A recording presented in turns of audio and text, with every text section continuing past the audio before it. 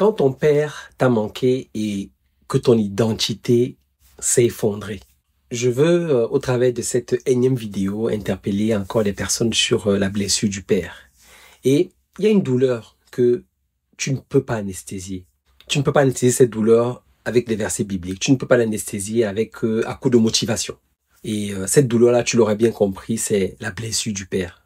Pourquoi? Parce que ce n'est pas juste un souvenir douloureux. C'est un vide. C'est un cri silencieux. C'est un trou, un peu comme un trou dans ton âme que tu traînes. Et parfois même sans le savoir. Et c'est là le drame. Beaucoup ne le savent pas. Il y a quelqu'un qui a dit que quand ton père est absent physiquement ou émotionnellement, tu grandis sans miroir masculin. Conséquence, tu cherches toute ta vie à te construire avec rien. Tu te construis avec rien parce que il y a cette absence-là. Et le résultat, c'est tu manques de confiance parce que personne ne t'a affirmé, confiance en soi. Tu as peur du rejet et tu deviens accro à la validation. Donc tu vas chercher la validation partout. Tu doutes de tes décisions aussi parce que aucun homme ne t'a appris à tenir debout. Et quatrième conséquence, ton identité d'homme flotte quoi. Soit tu es dans l'hyper-virilité toxique ou dans une passivité écrasante. Certains, ils deviennent même une caricature de ce que on appelle des vrais mecs quoi, parce qu'ils veulent jouer les bonhommes quoi, H24.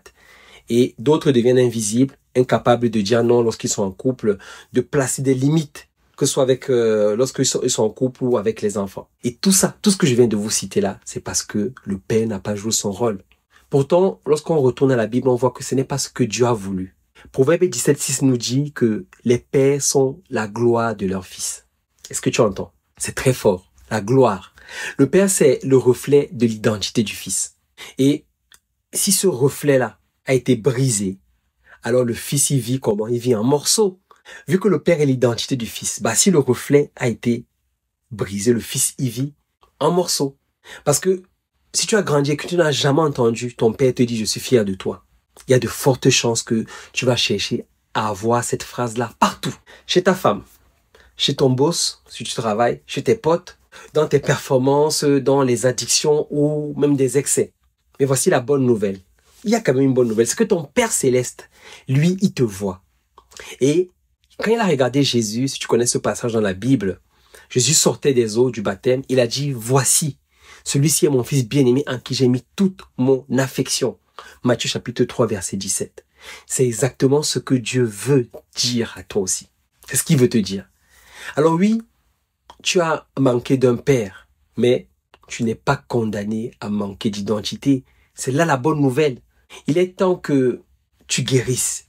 Il est temps que tu te reconstruises. Il est temps de redevenir un homme debout. Il est temps que tu te relèves. Et ça, il faut vraiment que tu réalises cela. Un père absent laisse un homme qui est en quête. Tu n'es pas ce que ton père n'a pas su te dire.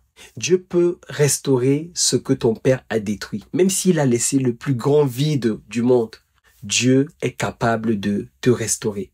Et c'est avec cette bonne nouvelle que je vais te laisser.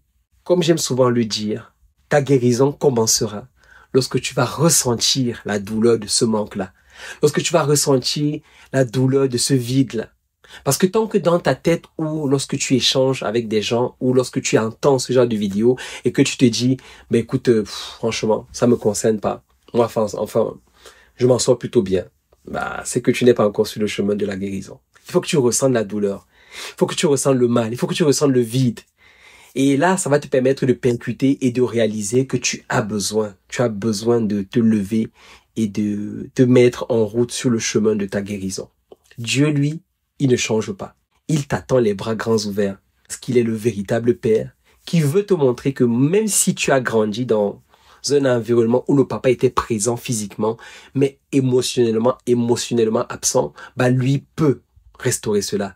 Il veut te dire que même si tu as grandi et que tu n'as pas du tout connu ton père, tu l'as jamais connu, ou tu l'as connu que pendant quelques années, ou tu as juste entendu parler de lui, il veut te montrer que malgré toute cette absence-là, émotionnelle et physique, il est capable de te prendre, de te relever et de te révéler son cœur de père afin que tu quittes de ce sentiment, tu sortes de ce sentiment d'orphelin et que tu puisses revêtir les vêtements du fils véritable. Parce que oui, être orphelin n'est pas une fatalité.